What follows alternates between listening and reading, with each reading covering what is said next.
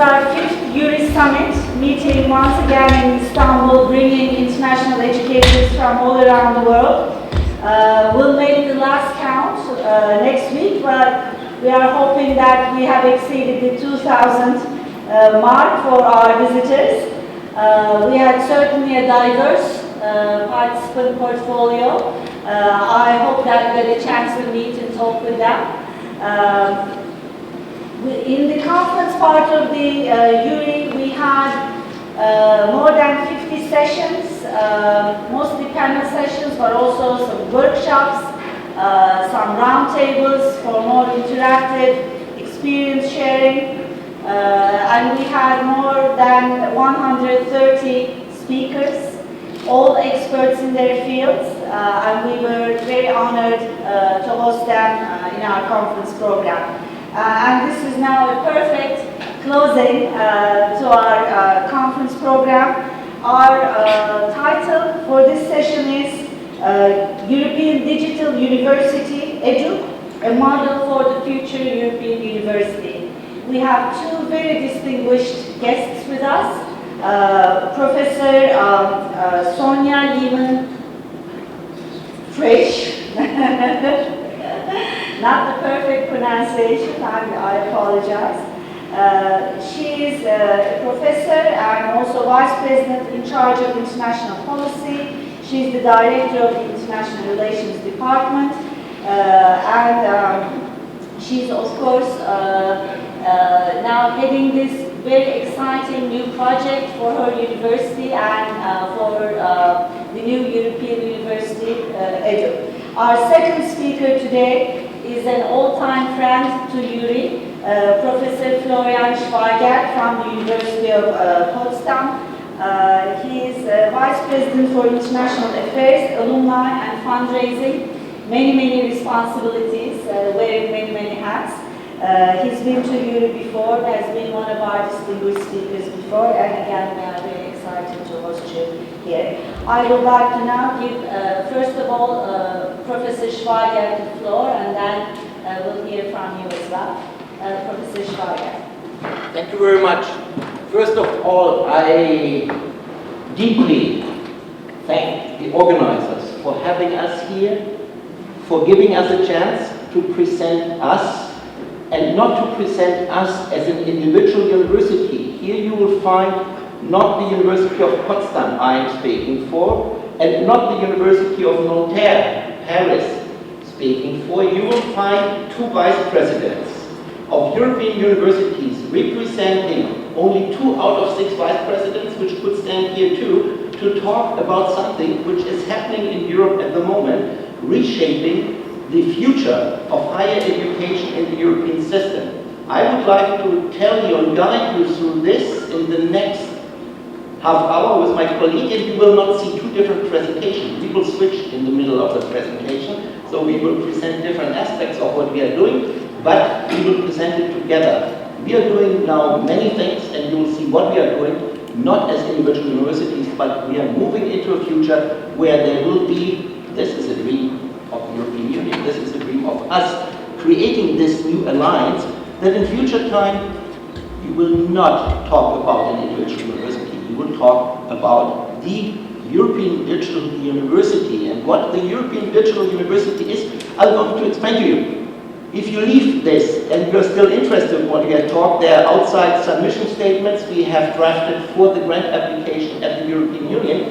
You can take them with you and get some deeper idea of what we are doing. So, it's not us who is destroying the wall, here down the walls. I have to find out how I get. Okay, okay, good. What is the reason that we have European University Alliance rising up in Europe at the moment? The reason is the landmark speech of Macron in 2017 at the Sorbonne, thank you, at the Sorbonne, in which he said, I believe we should create European university, truly European universities, a network of universities across Europe with programs that have all their students study abroad and take classes in at least 2 languages. And he continues, these European universities will also be drivers of educational innovation and the quest for excellence. It fits perfectly in the overall heading of this conference because it's transformation. It is about innovation. It's about how are we going forward into a new area of higher education in not only in Europe but in the global context. Just to give you a short view how it was in 2018, we had a call for proposals. In 2019 we submitted our proposal, and it took us a year and 6 vice presidents and their staff was meeting at least 10 times in Rio and a lot of video conferencing, and this built up a climate of trust, a climate of change into the universities. And we as vice presidents drafted with our teams this agreement or this grant application. We submitted our grant last February, and in June there were 7 alliances selected. 54 European alliances have applied. Now 17 are running or have been selected and running, and these are in total 114 European universities in this 17 alliances out of 24 European countries. In November this year, and in a few days, there will be closing of the second round of applications. They are estimating to have another 60 applications in this, and there will be another 24 alliances selected to implemently and completely implemented this under Erasmus Plus program into the European Union in the year 2021 and 2027. So what was the initiative? What is the aim of this? The European Union is summarizing this under these headings: creating a borderless European higher education area. We have Bologna, but we have not yet completely been able to solve all issues related to Bologna, so it should promote the Bologna process, and by doing so it will fostering excellence, innovation and inclusion, and strengthen the European identity and value process. So European identity and European value is a very important part. Macron was saying this for the purpose of we have a commercial, we have an economic European Union with all its challenges you are aware of, but we are not yet at the academic point where we have a union. And if you have an academic and intellectual and the society is involved in this, the European Union will gain and will gain in strength.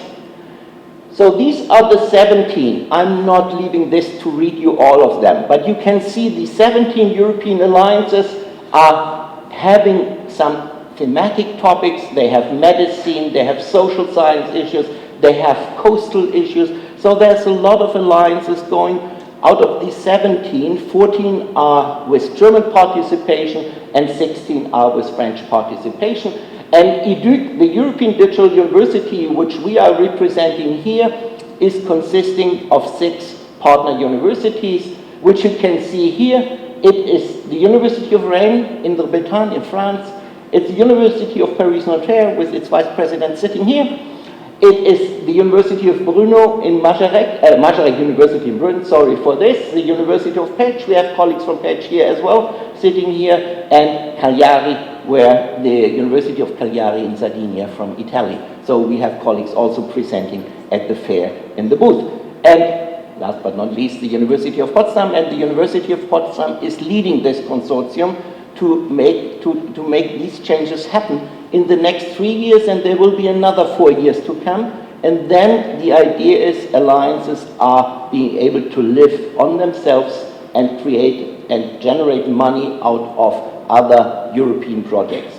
But the future will show how it will work.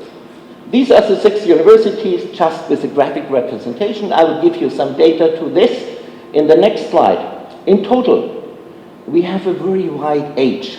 University of Potsdam is the youngest. We were founded in 1991. We are a child of German reunification, basically. Potsdam is the borderline to Berlin, for those who don't know where it is.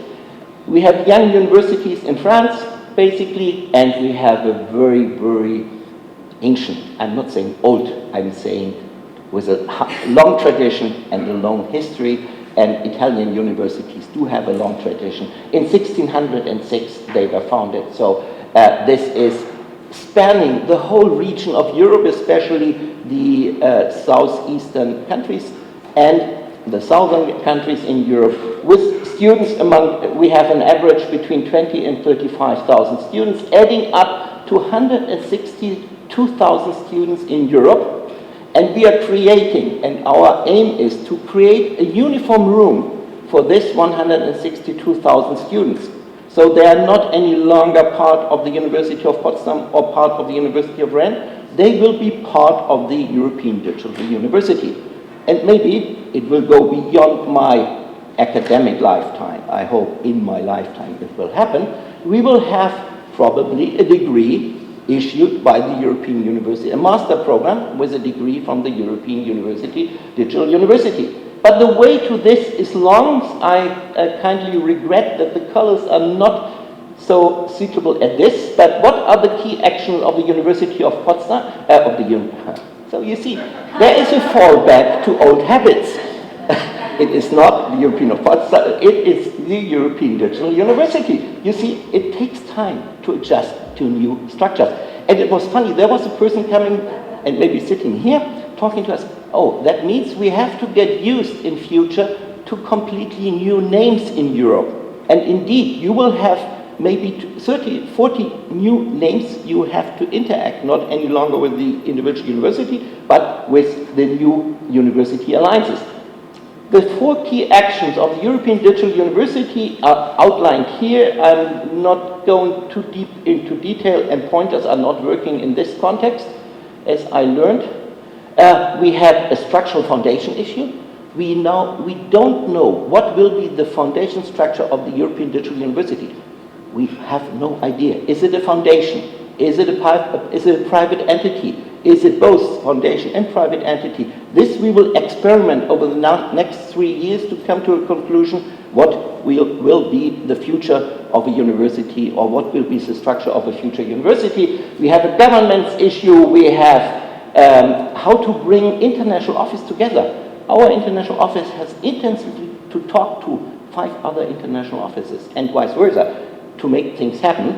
We have digital infrastructure. I will embark on this because digital infrastructure is one of the key issues to make this happen. We have virtual mobility exchange scenario. My colleague will talk about on this. We have mobility issues. Then we have European skills and competences. That means students are not only getting hardcore science, they will have competences. They will understand what it means to have diversity, what it means to have academic freedom, what it means to progress into a future under the aspect of independence of thinking, basically, which is outlined in the European idea. And we have outreach and sustainability. That means we are open to any other university and any other university structure to cooperate. We are not yet at the point, and the European Union is not advising this to add new partners into the alliance, but we are cooperating. We have a strategy, for example, to work together in Africa. So all our 6 universities are moving into a thought, how can we cooperate in Africa? Lastly, sustainability and dissemination are areas we're working in. I'm getting into talking, and I'm stealing time of my colleague. I would like to explain you under the 3 names, and I'll talk about digital. Sonja Lehmann-Frisch will talk about European and university, why it is this and why it's written this. Digital means it's not only digital infrastructure, it's not only digital services, it's also digital ways to use it for student education and to create digital competences and other things for the students and the staff and the personnel. We are not talking about students in this context. We are talking through all levels of university. This goes through staff, this goes through personnel, this goes lecturers and through students. Connect people and services through integrative communication and governance structures. That's a big challenge for the European Digital University. To improve teaching and learning, support flexible and personalized curricula with embedded mobility. Maybe in 5 years a student can have its own curricula, as we had in the middle-aged student walking from one university to the other, and finally we're qualified to do something in a different way as it is nowadays. We don't know how it will end. To guarantee automatic recognition of credits. You think this is simple, but to have 5 countries involved. This is a challenge. This is a big challenge here. To develop relevant skills and skills of students and staff, and to generate a self-conscious European identity. These are the use of digital ideas. I will give you a short view. We are currently creating, and this goes together with another European project, the OpenU project, which is creating for the European Union a digital backbone in which universities are able to share information and to connect through information. This digital backbone, for example, which is established through the University of Potsdam, this is our work package we are involved with, will include other services, and the services are not developed by the University of Potsdam itself. We cooperate, we share. Why should one university to do all the work? We have 6 and we have 5 very smart partners who can support, and we will do sharing. Why should I only share a car? Why should I only share whatever, or an apartment? I can also share services at a university. I can also share projects at a university. I can go into the sharing idea, and this will allow to have services we were not able to have at the past, because we cannot afford to produce all ourselves, and the industry is not able to supply everything we need in a way we need it. So we have this integrated into it, and you can see here we also have strong interconnection. The European Union is currently supporting a lot of projects of digitalization. We are creating at the European Digital University a space where we are ready the moment other partners have developed something to be able to integrate it into our university. For example, I have talked about the Open University and the OpenU. I have the European Student Card is also part of our projects. We are involved in this. We have the Erasmus app, and we have Erasmus without papers. This is a big issue in the future time, because all of you who are in mobility know the hassles and the work you have to do with Erasmus. But Erasmus without paper would bring us much further and would save resources in the administrative level. We also are linking in future time to the MX system. And now I hand over to my colleague, distinguished colleague from Montana. You see, we have individual ways of presenting things. Thank you. So this is where I jump in. As you can see, we put lots of thoughts into the name of our alliance, European Digital University. And Professor Schweigert actually told you about the central notion of digital and how important the portal and the digital aspect of the alliance will be. So I will get to another word of our name, which is university with a C, and I'll go back to the C later on. This very specific transnational digital university main purpose is to support flexible and personalized curricula with embedded mobility. Emmanuel Macron and then the European Commission made it very clear that the European universities supported by the European Commission should have one very important goal, that of having 50% students mobility. And as you can imagine, this is a huge number of mobility. And the only way to actually reach that goal of 50% student mobility is to increase and to diversify the way we envision mobility.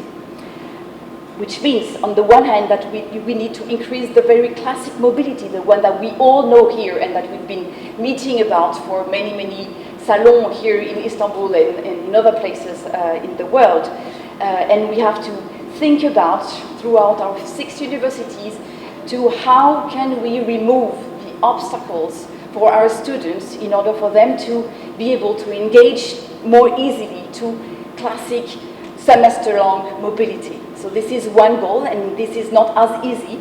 This is why we need to get our international offices closer to one another in order to be able to assess the obstacles and to remove these obstacles to increase these classic mobilities.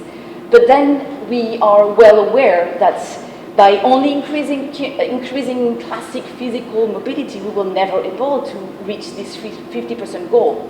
And so we need to enlarge the vision of what we call mobility, and we have actually thought a lot about different ways of developing new ways of mobility, and one of them is virtual mobility, or to put it in another way, virtual exchanges, or in other words, how to put together the resources that we all have in each of our universities to give access to all our students to podcasts, to MOOCs, obviously, to e-learning, different forms of e-learning, but also a lot more innovating ways of e-teaching, like what we call collaborative online international learning. Maybe some of you have heard about that, and which is how can we get together 2, 3 or more faculty members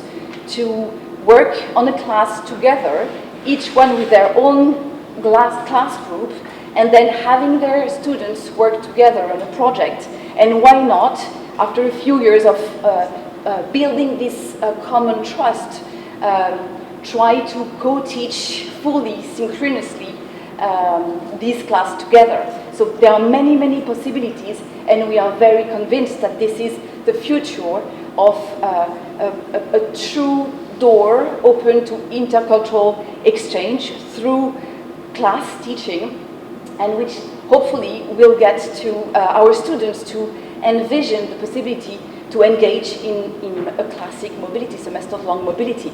Because we are also convinced that virtual exchanges as a first step is very important, but has nothing to do, obviously, with the experience that our students can get from a real physical mobility and immersion in a country. But we think of these two options, or these several options, as growing on each other, as helping each other to develop.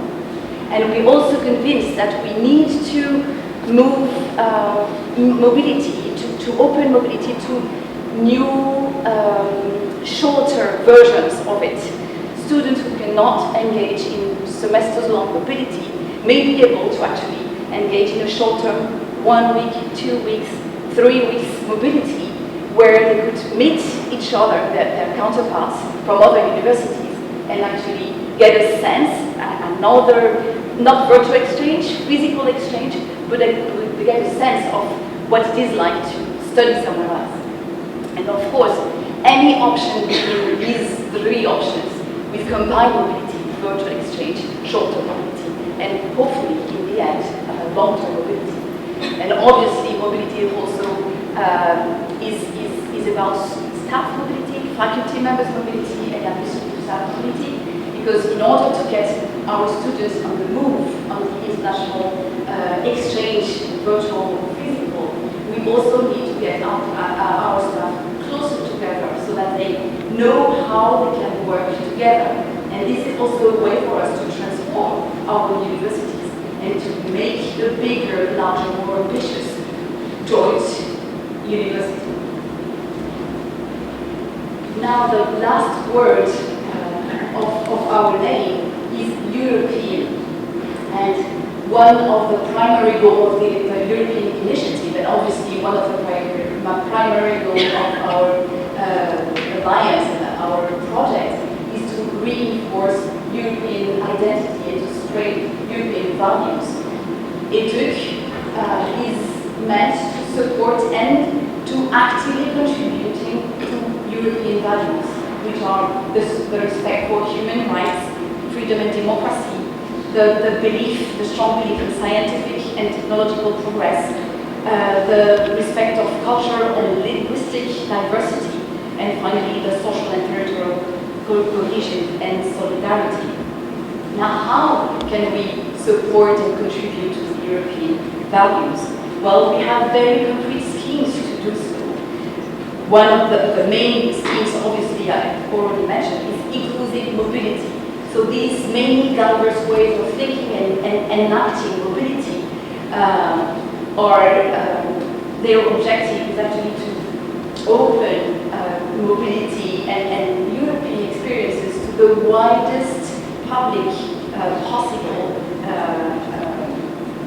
within our university. Now, another very concrete scheme that we are promoting within EDUC is the multilinguality what is it? English, obviously, as you can see today, is a very important communication language, but we don't want to make it the primary language. We also want to promote our local languages because we are convinced, pretty much as the European Commission is too, that the multilingualism is part of the richness of Europe and our own cultural specificity. Another value very close to the European values that we very concretely, through very specific actions, promote is the multidisciplinarity. I'm from the University of Paris-Nanterre, which is a mainly humanities and social sciences university. Potsdam is a comprehensive university. Another member of our alliance is actually a university more specialized into exact science, hard science, and we all think not only that we can work together, but that we should work together and not have one discipline being dominant over the other ones, but all of them contributing to the fair and complete knowledge of society.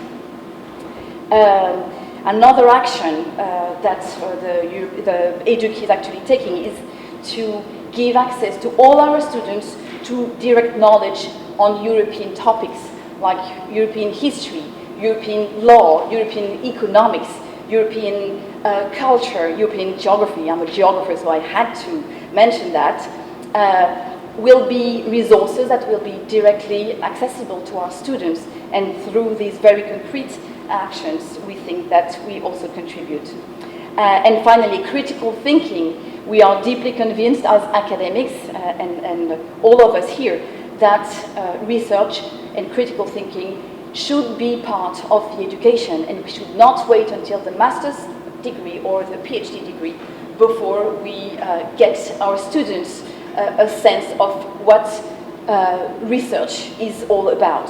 And finally, we also have a series of actions on student entrepreneurship, because Europe is also about economics and entrepreneurship. And obviously all this gets into, all this is supported by this effort, this common effort of getting our universities closer to one another. And by so doing, obviously, we want to contribute to furthering, to enhancing the Bologna process, which tends to harmonize the way not the way we teach, but the structures in which our teaching takes place. Now, as a conclusion, EDUC is a young alliance, but with a very long-term vision for the education of the future, as the European Commissioner mentioned in the opening session. And so we want to thank very much all the EURIE organizers for this wonderful, impeccably, greatly organized for this conference, and also all the presenters and the exhibitors, because we had many fascinating discussions with many of you over the course of the 3 days. And we are looking forward to coming back to the 2021 edition, where we hope we'll be able to present you the first actions that will have started as soon as September 2020. Thank you very much.